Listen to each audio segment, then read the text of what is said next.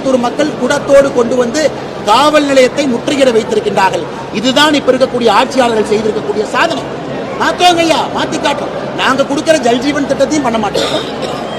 நொய்யலுக்கு 970 கோடி கொடுத்தா அதுலயும் கொள்ளை, ஸ்மார்ட் சிட்டிக்கு பணம் கொடுத்தா அதுலயும் கொள்ளை, மத்திய அரசுடைய எல்லா நலத்திட்டத்தையும் கொள்ளையடிச்சுட்டு இன்னைக்கு மோடி ஐயா கோயம்புத்தூர் வந்து சொல்லணுமா என்ன பண்ணிருக்கோம்?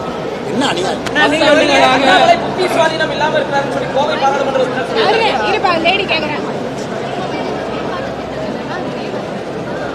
மேடம் கொஞ்சம் சத்தமா சொல்லுங்க மேடம். சாரி